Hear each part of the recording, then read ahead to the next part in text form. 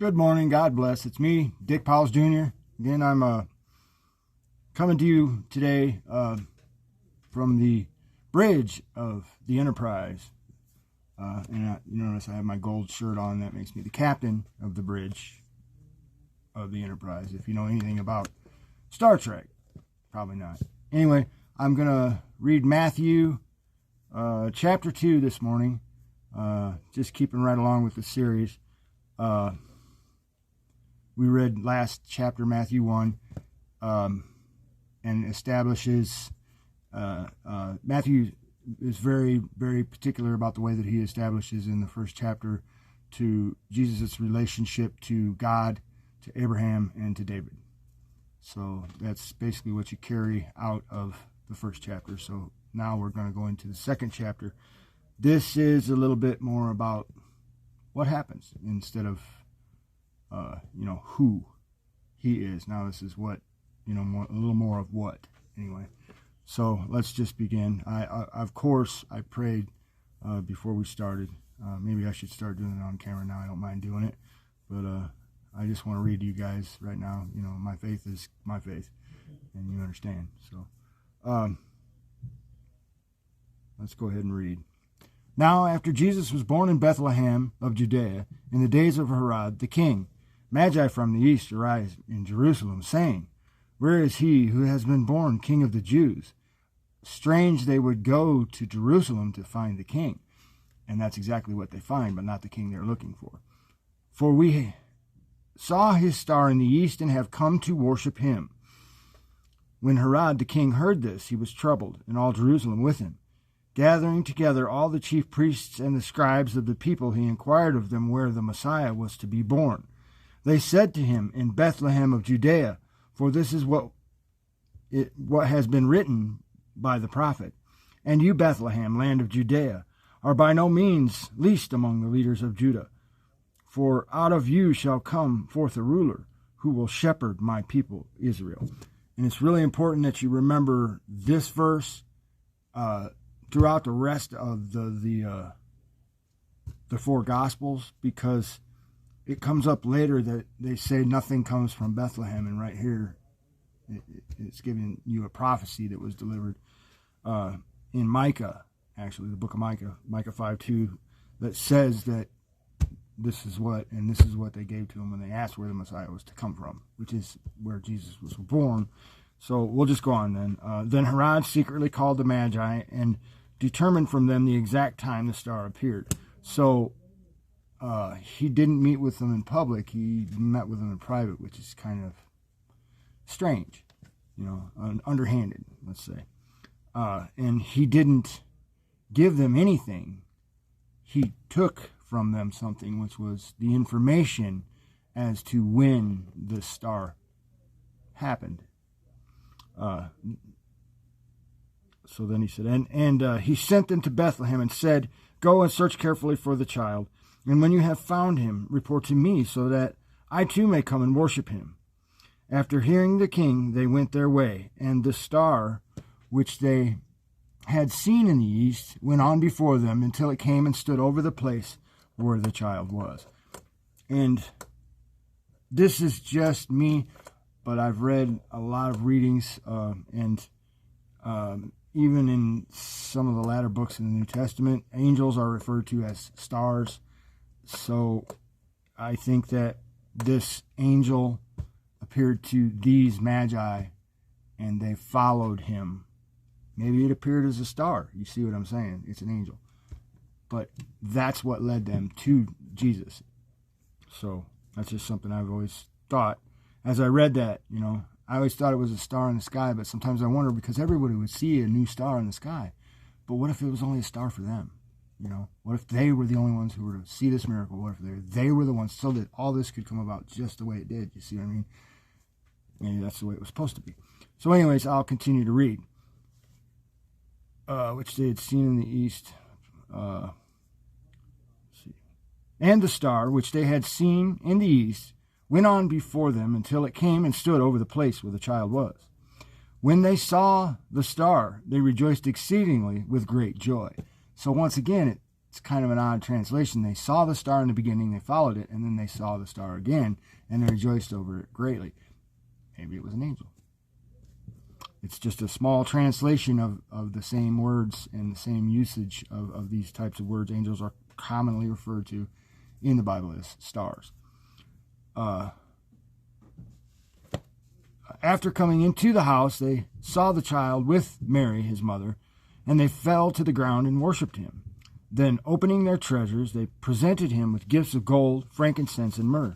And having been warned by God in a dream not to return to Herod, the Magi left for their own country by another way, because they knew what was on the heart of Herod, because God had told him so. Now, when they had gone, behold, an angel of the Lord appeared to Joseph in a dream and said, "Get up." This, as you know from chapter 1, is not the first time that an angel of the Lord appeared to Joseph. And the thing is, he listened last time, and it was exactly what God told him it was, or exactly what the angel said, it was supposed to be. So here it is again. There's another angel that appears to him, and he says, "Get up," which he doesn't say this or that. He requires action right away. Do something. Do something for God. Do something for me. You see what I mean? Get up. Take the child and his mother and flee to Egypt and remain there until I tell you, for Herod is going to search for the child and destroy him. And so he didn't want him to tarry in the morning either. He meant get up now and go. So they left in the middle of the night, from the way that I read it. So Joseph got up and took the child and his mother while it was still night, and left for Egypt, and he remained there until the death of Herod. This was to fulfill what had been spoken by the Lord through the prophet. Out of Egypt I called my son. Then when Herod saw that he had been tricked by the Magi, he became very enraged and sent and slew all the male children who were in Bethlehem and all its vicinity from 2 years old and under, according to the time which he had determined from the Magi. Then what had been spoken through Jeremiah the prophet was fulfilled. A voice was heard in Ramah, weeping and great mourning, Rachel weeping for her children, and she refused to be comforted because they were no more. But when Herod died, behold, an angel of the Lord appeared in a dream to Joseph in Egypt and said, and again, it's not unusual, and Joseph would know it was, because obviously he was a servant of God, otherwise angels would not appear to him, and he would not know so easily.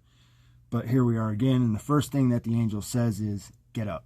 Exact same thing that the angel started with last time. Get up. Get up, take the child and his mother, and go into the land of Israel, for those who sought the child's life are dead. So Joseph got up, took the child and his mother, and came into the land of Israel. But when he heard that Archelaus was reigning over Judea in the place of his father Herod, he was afraid to go there. Then after being warned by God in a dream, he left for the regions of Galilee, and came and lived in a city called Nazareth. This was to fulfill what was spoken through the prophets. He shall be called a Nazarene. And the only reference my Bible gives is to Luke 1:26. I'm going to take one that I wrote in here myself some time ago. It's Isaiah chapter 11, verse 1. And so I'll just go ahead and read that out to you. It's Isaiah chapter 11, verse 1. And I'm going to actually read verse 1 and 2. I could read on, give it context, but you'll understand fairly quickly, especially if you believe in Jesus and what's going on here, then, you're going to really understand. So here's verse 1 and verse 2. It says, then a shoot will spring forth from the stem of Jesse, and a branch from his roots will bear fruit. Okay, so that right there, branch, also Isaiah is a reference to another Isaiah, but the word for branch in Greek is Nazarite, I think, or in, not sure if that's Greek or Hebrew, but there's a word in one of the two, and the word is Nazarite. So anytime that you see branch or Nazarite, Nazarene is very close. So this is my reference to it, because Jesus is the branch, and there is no arguing with that. We know that what he is the branch of Jesse, because it goes on to say the Spirit of the Lord will rest on him, capital H. I didn't capitalize it, the scribes did, but still, and the Spirit of wisdom and understanding, the Spirit of counsel and strength, the Spirit of knowledge and the fear of the Lord. These are the things that will rest on him, which is Jesus, which is God's Son. But I want to also make note right here, and this is one of the most pivotal verses that I found in the Bible for me as a believer and as a person who searches the scriptures. In verse 2, it says, the Spirit of the Lord will rest on him, right?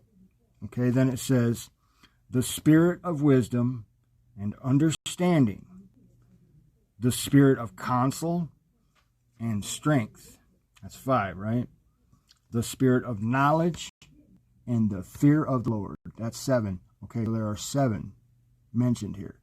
Not just the Spirit of the Lord, but the 7.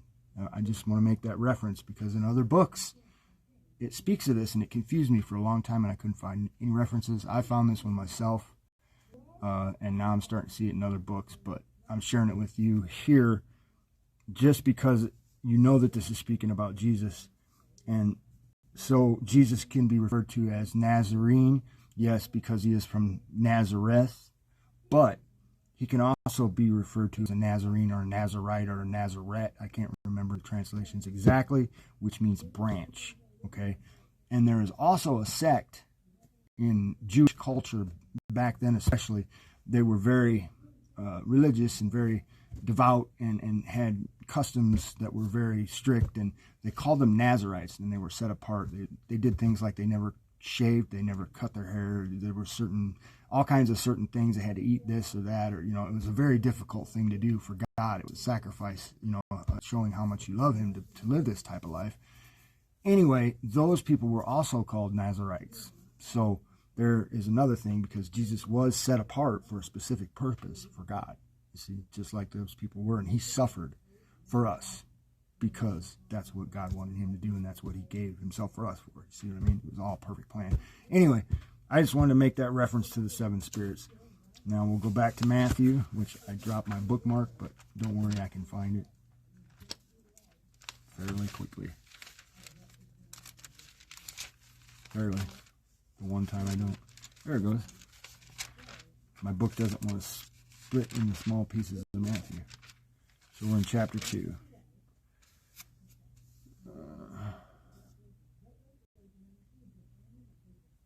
Okay, in chapter 2. Yeah, so I read it all the way through. So that's just the only real reference that I kind of made in there, but I also made that small note I made earlier about angel and star. Many times throughout the scriptures and other books, holy books, you hear angels referred to as stars. So it's possible that in this case, the star that they followed could also be an angel. I mean, it could literally look like a star to the Magi, but it could be an angel. So God bless, and thanks for listening. And I'll talk to you again soon.